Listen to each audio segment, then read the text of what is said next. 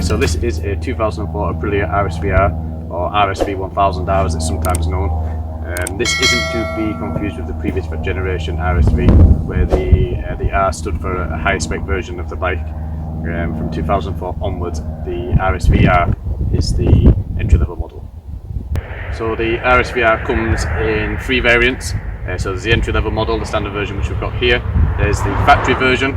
So the factory bike, you're going to get upgraded suspension. Now the suspension here is all fully adjustable anyway, but the factory just further improves on that. The factory also includes some forged wheels. Then there is the super elusive Nera edition. Now only 200 of these were made. Again, fully adjustable suspension you're going to get on the Nera. You're going to get full carbon fibre bodywork, some magnesium wheels, an improved version of the engine as well. So back to the bike that we've got here. So I mean, we can start just by looking at it. You know, it's hard to believe now this bike is a 16-year-old bike. The sharp angles, the lean racing profile, twin pipes, they all look as good now as what they did all the way back then. The bike's really well equipped too. So the heart of the bike here, we've got a 998cc liquid cooled V-twin motor. This produces somewhere in the region of 140 brake horsepower. We have fully adjustable O-rings up front and Aprilia's own setup back here. Again, that's fully adjustable. For the brakes, we've got offerings from Brembo. So we have twin 320mm discs and twin piston Brembo calipers. Smaller brake on the back, but obviously, you know, back brakes and torus are only really for steadying the bike.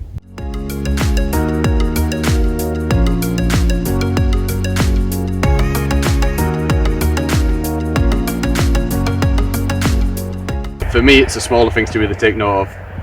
The small attention to detail, you know, specifically on things like the welds, you know, the polished aluminium frame. Just little details like that are what visually at least really separates this bike from any of its competition.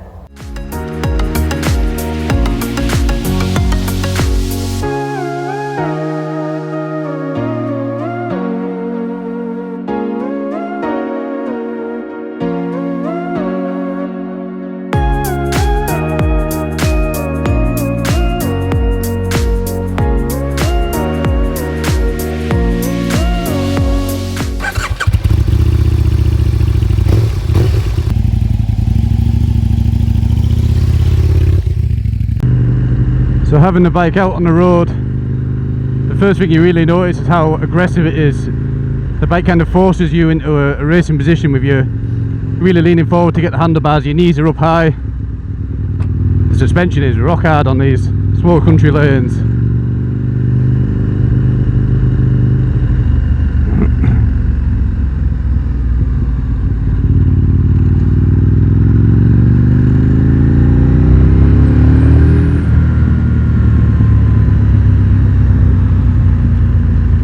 You just have to listen to that soundtrack.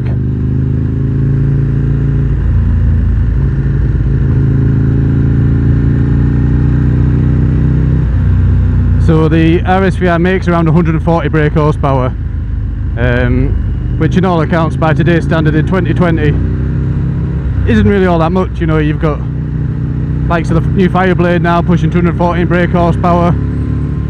The S1000RR is, I think, somewhere around 210 brake horsepower. But hey, they might be a bit faster, but you'll sound much better coming on this.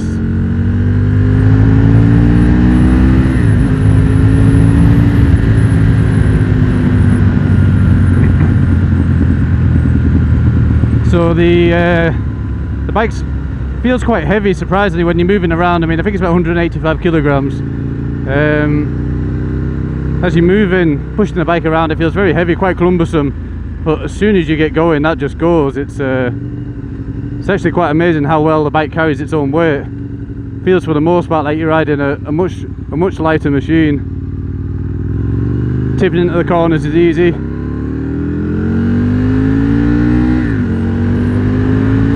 And it just pulls hard constantly.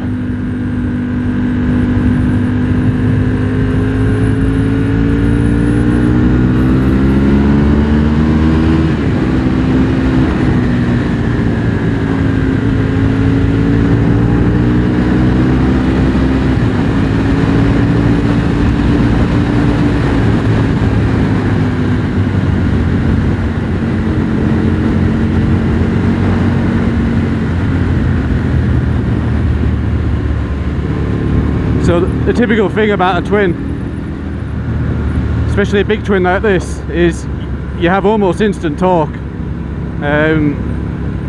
Pretty much any gear, any RPM, you open the throttle and it's just ready to go. It just pull straight away.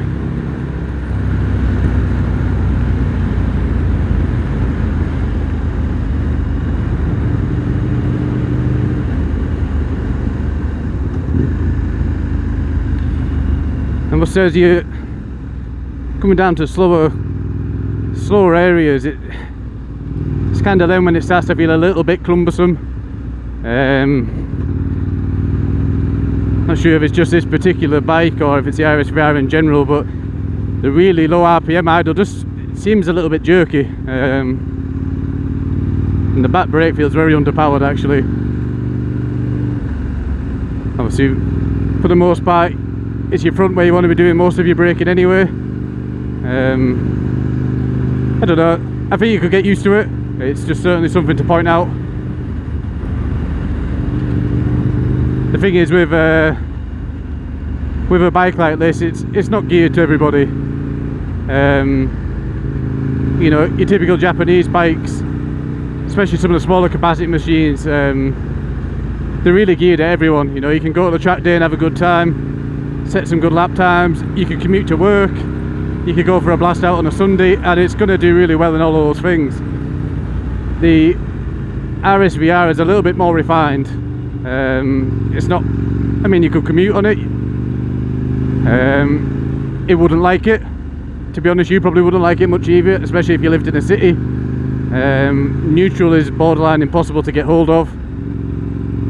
It's very jerky, lurchy at low speeds, almost snatchy at times. The clutch is very heavy, but get onto a big open air road, or even better, a racetrack, and I think the RSVR is really going to show you what it's worth. One thing I'm not a huge fan of, I'm not sure if you can see it down here, but you've got the indicator buttons are just here, and you've literally got the horn button a millimetre below it. The amount of times I've come off a roundabout and got to turn the signals off and actually punch the horn instead. I must say, the more I ride this bike, the more it all makes a little bit more sense. The faster you go in, it's almost easier to ride.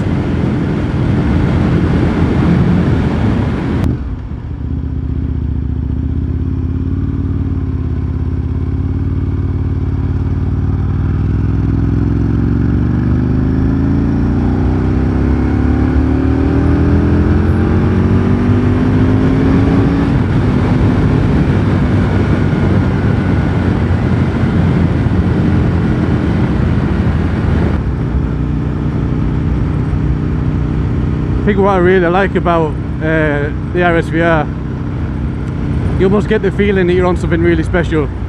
You know, just the way the mirrors here are designed, the way you kind of fit into the bike, the sound.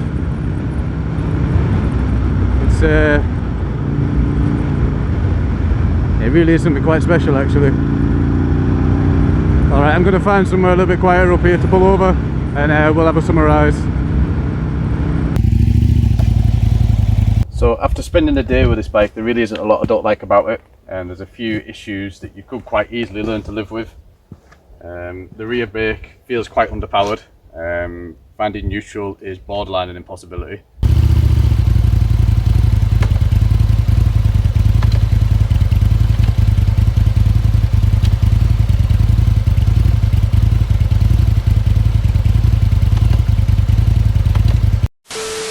The pre-2007 bikes were also plagued with a few issues, so this bike's done around 10,000 miles, as you can see here on the trip computer. It's only registering under 300 miles. That's actually caused by an issue when you disconnect the battery for whatever reason. This little computer or the odometer here can just forget what the mileage was. There is a fix for it, if you take it to Aprilia they're going to sort that out for you, but obviously they're going to charge you a hefty fee for doing so.